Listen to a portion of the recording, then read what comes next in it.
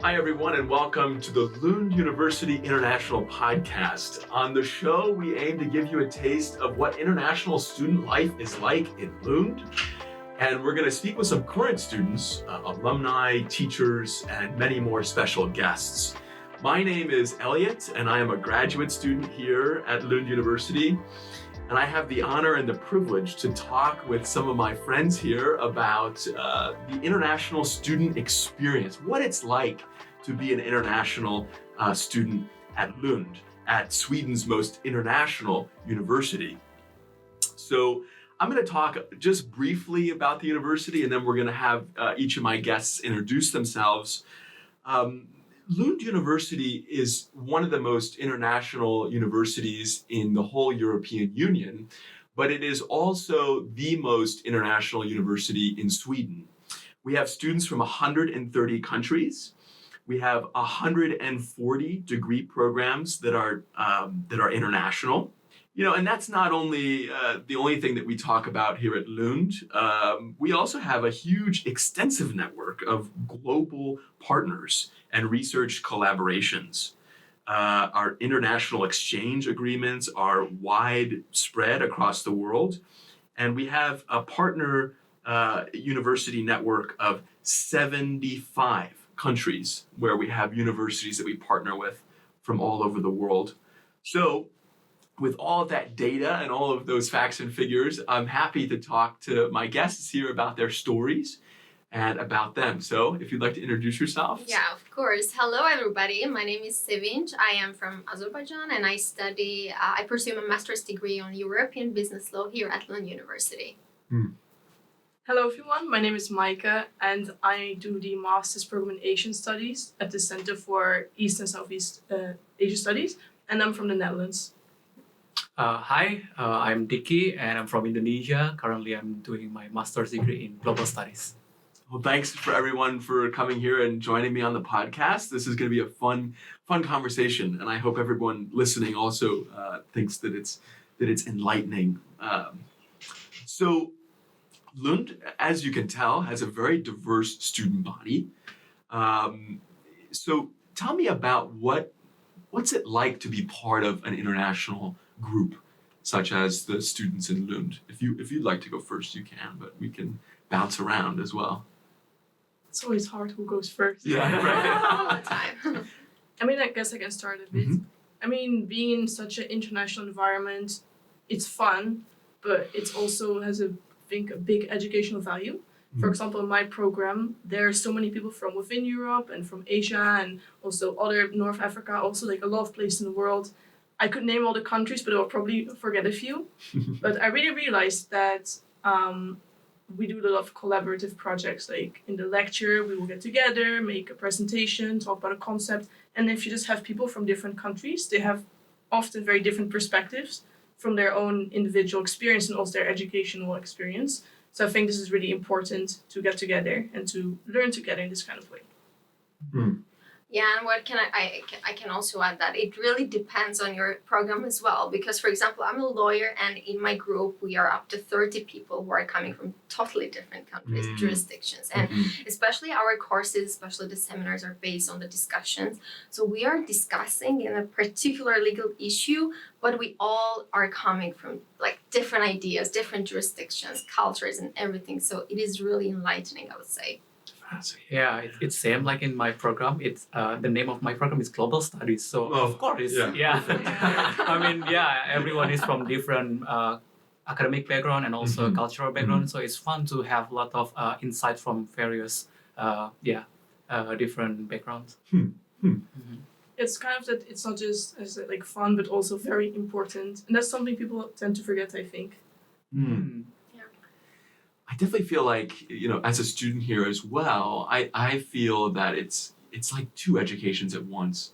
You have the regular education that you get in the classroom, professor to student or, peer to student. but you also get this secondary education about, living in a different country. That's one main one. And then also this international background and all these people. Yeah. You both develop from the academic Right. point of view, but also as a person. Because, for example, for me, I'm coming from Azerbaijan, and it was my first time that I lived in the EU, and everything was new totally. And I really personally, I made a huge progress during the previous year and now as well. So yeah, it is literally worth to experience. It is challenging at some points, but it is really worth it because you become a better person, you become a stronger person. And it really transcends beyond the classroom, indeed, as you say, because, I come from the Netherlands, so it's not that far. There's two countries between. But for you, Dicky, coming from Indonesia, and for you coming from Azerbaijan, it must be really nice to also find this kind of comfort in other people who come from faraway places. That's really interesting. But what is it like to interact with the other international students? Tell me some experiences or stories that you have about, maybe your friends or, what it's like to be in, things like that. Yeah, actually, this is something that I discussed with my best friend last night. Yeah? Like, what I could say, sometimes, especially when you're coming from outside of the EU, you have some stereotypes. But in the end, you end up, after getting experience, after interacting with many people, you end up, the main factor is human. We all are humans in the end. So we have a lot of differences from the religious point of view, from the cultural point of view. But in the end, you can really make friends here very easily from different countries, and this is really something that you clearly see the human factor. You can get along with your friends and you can meet new people, and then in the end you become friends. Wow. Yeah. I've been working a lot with the group work at my programs, and of course, since we are from different academic and also cultural backgrounds, so it's quite challenging for me from Indonesia work with because at my home country it's not that really international. When I studied during bachelor, but now we have a lot of agree to disagree when we work together. But I think it's common thing as long as we try to be tolerant, and then we stay humble, because we have to understand each other's better. Yeah. And you learn from them. Yes, right. I think something that international students find a lot is that difference can be celebrated. That it's something to embrace. That being different and operating in a different country with different people and in a different way can be something that's a learning lesson. And I think that's really something that's part of the international education here, for sure. Tell me more about your international programs. So, like I said earlier, we have 140 international programs here at Lund University, which is quite extensive. But what is it like to be in class? I know, Dicky, you mentioned some group work. Give me the lay of the land, if you will, of what it's like. I feel like Dicky already said it, kind of very comprehensive, that you do group projects together. That's what we do in Asian studies. And then you can run into these disagreements or see things that you have in common. And especially in the first year, it's really important to work through that and to actually learn how do you work in such a multicultural, diverse environment or such a group setting. I think that's a very important thing to learn. And maybe one of you already shared your experience, but maybe you also have some experience with that. Yeah, of course. I totally agree. Because, for example, when it comes to my program specifically, it is European business law. And I was thinking that, okay, it's totally European law, so I'm coming from a non-EU jurisdiction. I might too beyond them, but the program structure is very interesting. You don't feel like you're coming outside of the EU. You start from the beginning, you start from the constitutional and all the essentials. And all the discussions, all the group works are based on one particular topic that everyone can be involved. So this is something that I really like. So you don't feel like I'm not confident, I don't know this in the EU law, but no, not really. Yeah, I believe everyone has their own strength and their weakness, so it's good to come up when you are in the class and when you discuss something about the global issues, for example, at my program. So it's interesting to know from the various perspective, and some people also have experience already when they work, for example, at the UN or at the institutions at their home country. So yeah, super interesting. Really. Yeah. So now there's an opportunity to share some stories about, your international. I mean, obviously we're doing a lot of sharing here about international perspectives and things like that. But I'm curious if there's anything that pops out, if there's an instance where you found that feeling of, wow, that's something I wouldn't have learned if I was back home in my home university or whatever it would have been. Is there anything that particularly stands out?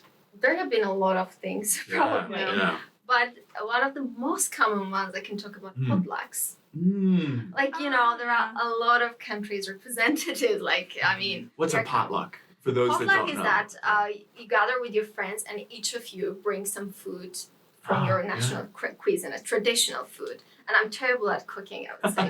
But they really insisted, please bring something from us. Yeah. And it was we do it very occasionally, we do it a lot, and everyone brings their national food, and from India, from Azerbaijan, Turkey, Greece, and everywhere, Italy as well. So we are discussing, we are representing the food, and we are giving its background, like this stuff, and at the same time, alongside with your studies, you learn this cultural information that is very essential for. In Azerbaijan, we have this saying that a person who studies a lot knows less than a person who experiences a lot. Oh, interesting. Yeah, so you really experience at the place from very regionally. Yeah. I find myself learning a weird amount of random facts about politics of other countries. We had the Italian elections, I think, I'm not sure, last year or this year, and my Italian friend, she was kind of keeping everyone updated. Every time she was on a laptop, she's like, oh no, this part's doing this, or they're doing this now. So that was quite fun, I think, because I would never really dive into Italian politics. But then when I was watching the Dutch news and they were talking about it, I realized, oh, actually, now I know what's going on. So there you go. Yeah. That was really fun. Yeah. For me, what I learned from here is living in the corridor, in the international corridor. Because it's such a beautiful. Because in my corridor we are 12 people, but we are from different countries, and we cook together usually. And what's a corridor for those that might not be familiar with it? Yeah. So basically, when we are in Lund, we have some options to live whether in studio or in corridor. But in the corridor, you usually share the kitchen or the bathroom together. With the other international students. So it's fun. Usually, we watch movie together during Saturday night. So much fun. Yeah, you will never be bored, at home because we have friends, international friends to talk with. Yeah. When you go outside of the room, you meet your corridor mates and you have a big discussion, conversations, and that's really good. I also heard some of my friends who were living together, they would have cultural movie nights, so they would watch a movie from their country, which seems really super with fun. So it's sometimes we did also karaoke with our own language, so it's really fun actually, yes. We also used to do the Eurovision night. Oh yeah. That was really fun. We watched the Eurovision last year together as well. That's something that I had no experience with before I came to Sweden. Right. And it's a big thing here, the Eurovision and all that stuff. And everyone brings their own flag and very patriotic. This song will be the winner. This song will be the winner. It's really fun. I think we'll actually have it in Malmö next time. Next year. So we can elevate, this year. We can elevate this cultural experience. Right. Wow. Yeah. So we've talked a lot about student life and what it's like to live in a corridor room, for example, or things like in the program. But are there other ways that you access the international qualities of Lund, maybe through a student association or some sort of activity that you do? I know, for example, I love to play some sports once in a while, so I'm going to go play some paddle today. And it's probably going to be a big international group of folks, right, that are going to be playing. So do you have any instances where you kind of tap into that international wealth of knowledge, I guess? Yeah, I think for me, personally, I'm coming from a capital city, which is overcrowded. I was thinking that Lund is a small city. Will I be bored? But vice versa. Like I was bored in Baku maybe at some points when I was a student, but here it's a fully student city. So the city is very alive. Like there are a lot of activities, a lot of organizations. Like even sometimes I cannot end up with which event to go, where to go. And what I can recommend is that there are student nations which are the most popular one. If you become a member of a student Lund, you can benefit from the events of different student organizations, different nations, from parties to the educative seminars, workshops as well. So it depends on you. And also outside, you always get student discounts in every organization, even if it's not related to the university, I would say. Or maybe we have I'm the Swedish Institute scholarship holder, and Lund is the biggest network of that institute. So for people who don't have any idea, I can say that the Swedish Institute compensates all the costs of international students. It's a scholarship, right? Exactly. It is a fully funded scholarship. So we also have a network here in Lund. We organize we organize study visit to Volvo, IKEA, like Swedish giants. Cool. So there are a lot of activities to do, I would say. Maybe you have some more. Yeah, I think my favorite example is one time I was in a nation. It's like kind of a student club, but they have like their bar, and it was a really big building. It had one room on the right, one room on the left. So on the right you could go to the pub with your friends from school, and then I was there, and then I went to the other room, and people were just peacefully sitting there and knitting. and doing art. And I just felt, because you go there with your friends and there are lots of people who go there and it's very international, but I thought it was just so fun and it was this on the same night, so there were people just having a beer and there were people in the other room just knitting and painting, and I just thought it was such a nice thing to see that there's something for everyone and you don't need to go to a party or go have a beer. Like I don't drink alcohol, so that's sometimes hard for me, but that I can just go knit if I want.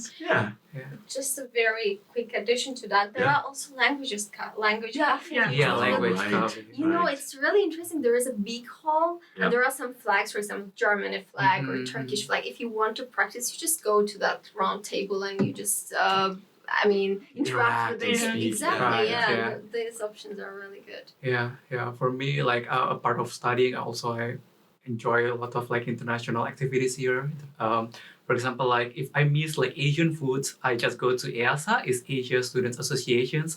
Usually like cook together, do yoga, and a lot of activities like hiking even together.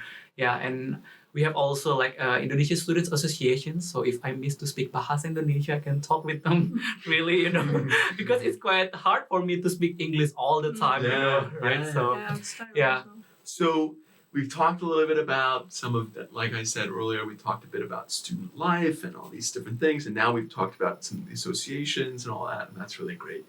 What are some of the resources that come from the university that you access as an international student? I know, for example, there's a health center for international students. Tell me more about that for our listeners. I think it's better to go one by one because each of us have experiences in different parts.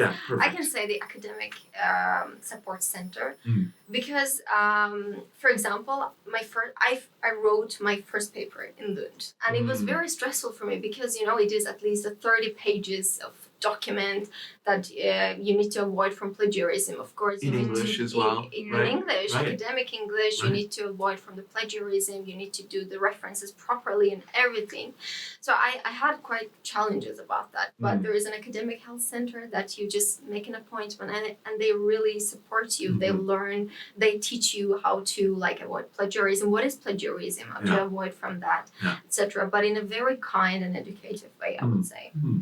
Yeah, I had actually the same experience as you, because in my undergraduate, I did Japanese studies and also communication, which was mostly marketing. So, writing a marketing plan is very different from writing an academic paper. So I did what you did, write a paper, send it there. I went there, there was a really nice guy who did a master in English Lit, and he just pointed on the computer at some things. Maybe he's listening, thank you.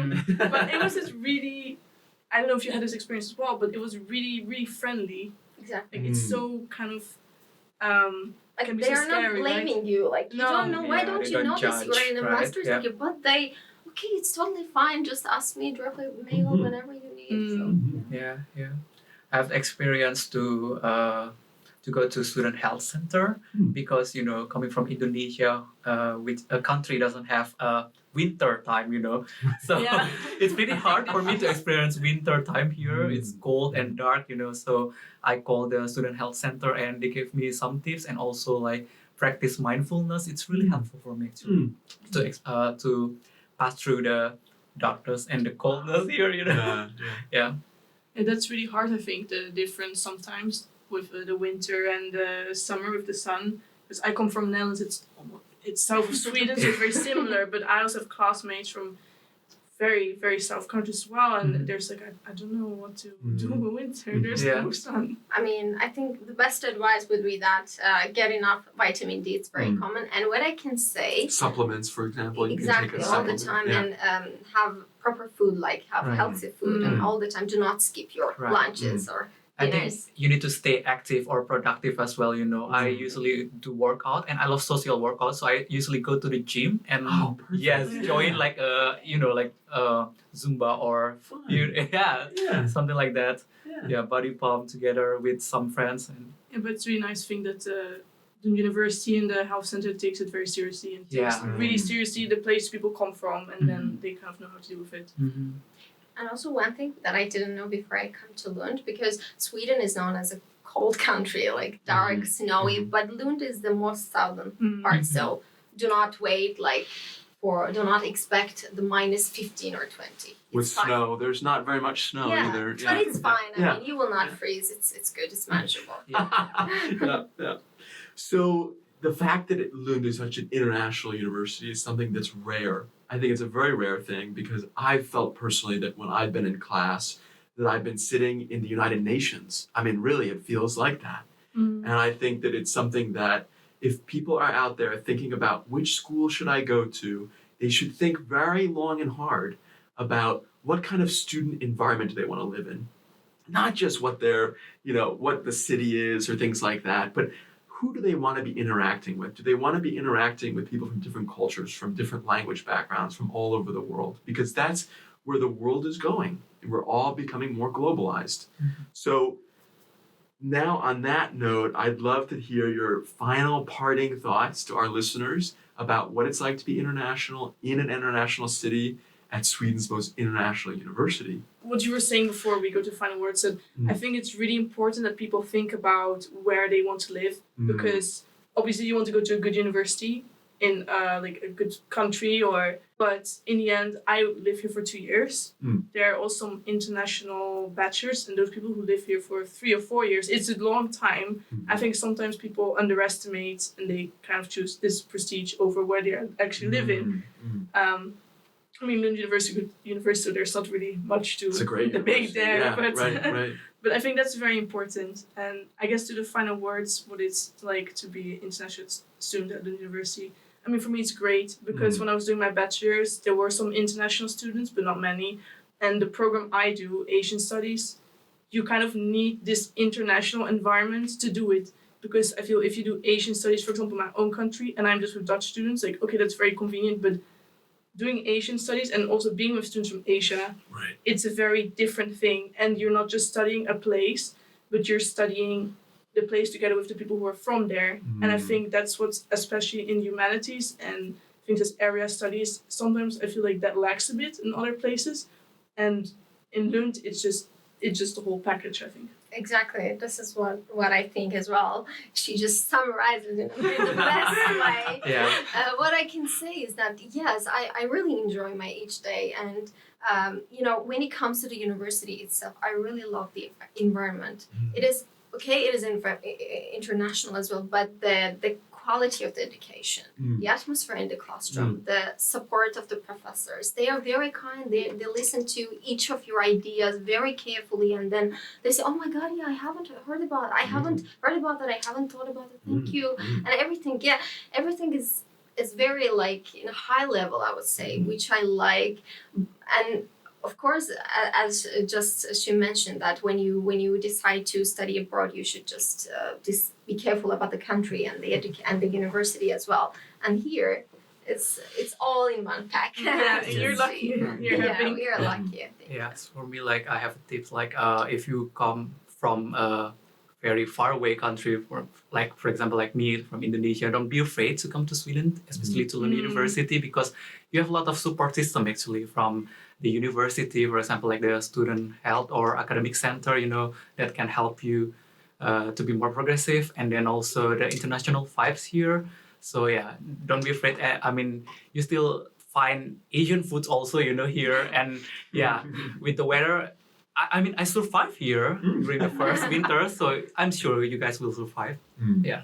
Well, thank you all so much for being on, and I hope to see you around Lund. Thank you so much. Thank you so much. Yeah. Thank you. Thanks for listening so much to this episode of the Lund University International Podcast. If you're interested in learning more about Lund University, you can go to our website, lunduniversity.lu.se. You can also follow us on social media, on Facebook and on Instagram. And we look forward to having you listen to our next podcast soon. Thanks so much. Bye-bye.